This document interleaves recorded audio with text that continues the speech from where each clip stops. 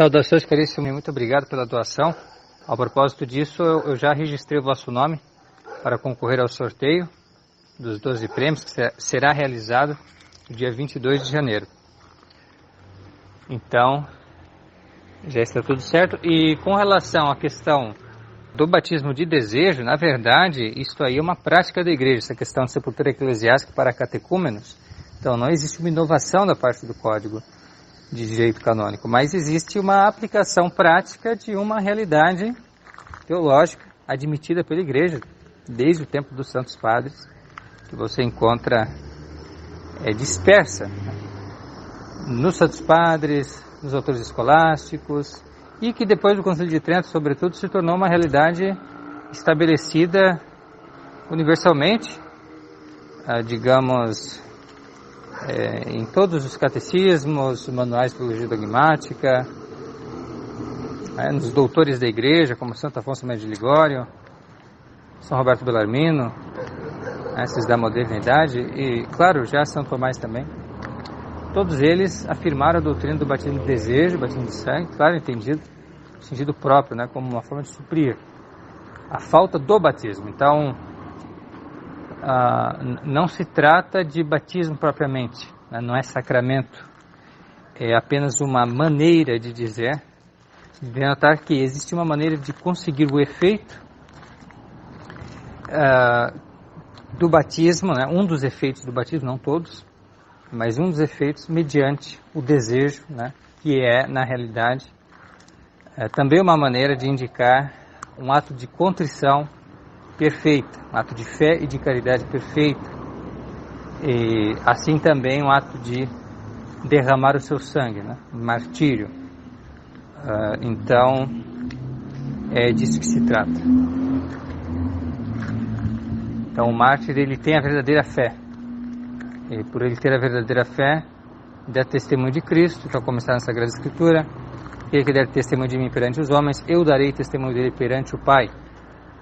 Então, isto é o que nós vemos no caso dele, e uma aplicação também da Sagrada Escritura da realidade do testemunho, por exemplo, do bom ladrão, O bom ladrão confessa a Nosso Senhor na cruz e ali também alcança de Cristo a salvação. Essa aplicação de que quem dá testemunho de Cristo aqui na terra, Cristo dará testemunho dele no céu, e por isso que Nosso Senhor pode dizer, hoje ainda estará comigo no paraíso. Então, existe uma obrigação, não só de preceito, mas de necessidade de meio, de receber o batismo. A igreja deve administrar o batismo, porém, aos adultos em idade de razão, com o uso da razão, é possível salvar-se com um ato de contrição. E é por isso que você tem, por exemplo, na idade patrística, o caso de um imperador, não me recordo agora o nome desse imperador, mas era da época de Santo Ambrósio, e esse imperador não tinha recebido ainda o batismo, ele era um catecúmeno. E ele recebeu a sepultura eclesiástica, funerais como cristão, e o próprio Santo Ambrósio dirá que ele alcançou o que ele desejava, que é essa comunhão com Cristo na Igreja de Cristo. Então, não pôde na militante, mas na triunfante sim, certo?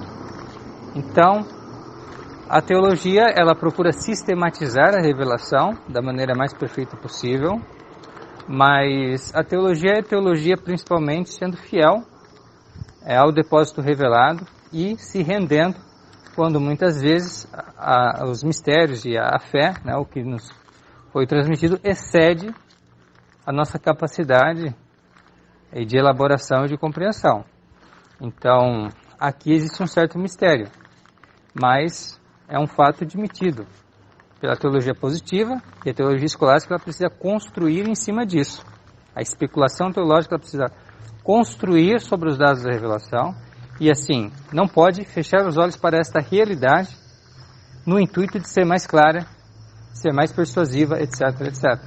Então, quando certos autores contemporâneos negam o batismo de sangue de desejo para ter mais clareza e, entre aspas, mais coerência, eles acabam fazendo como uma pessoa que tenta suprimir a realidade porque não parece verdade, Quer dizer, então, isso é tão ruim ou tão alguma coisa, não pode ser verdade. Então, o desejo de que isso seja excluído da realidade faz com que ele negue a resistência disso. Então é a mesma coisa aqui. Você tem a evidência dessa doutrina nos santos padres, nos teólogos, no magistério da igreja, como eu disse, principalmente depois do Concílio de Trento, porque o Concílio de Trento expressamente falou sobre a justificação, como é esse processo.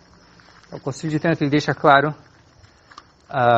que se salva pelo batismo, né, ou o seu desejo. Então, daí que vem essa expressão, né, do desejo. Então, pelo desejo a pessoa pode se salvar. E isso está no concílio dogmático.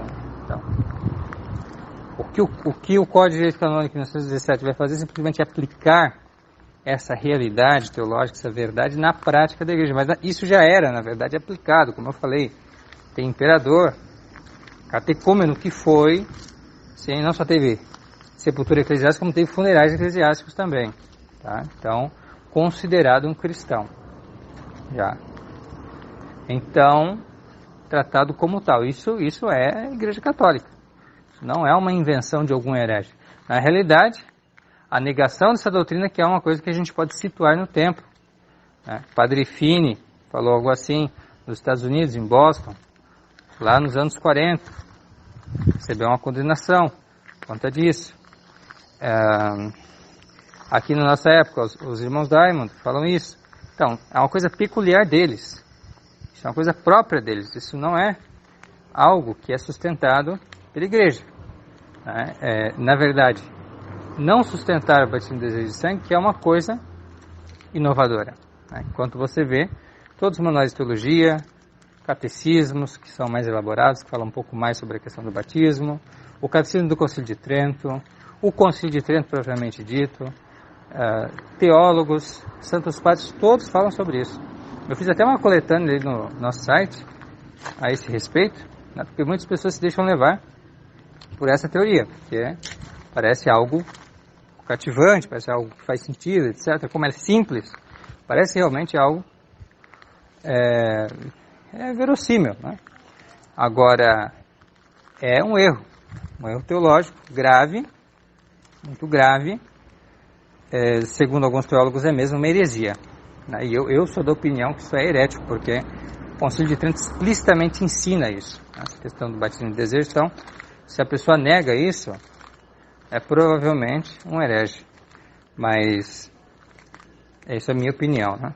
Pelo que me consta, o Magistério Geral da Igreja estabeleceu isso muito bem. Então, a pessoa nega isso, sendo uma doutrina infalível, então acaba que incorre em pecado de heresia, né?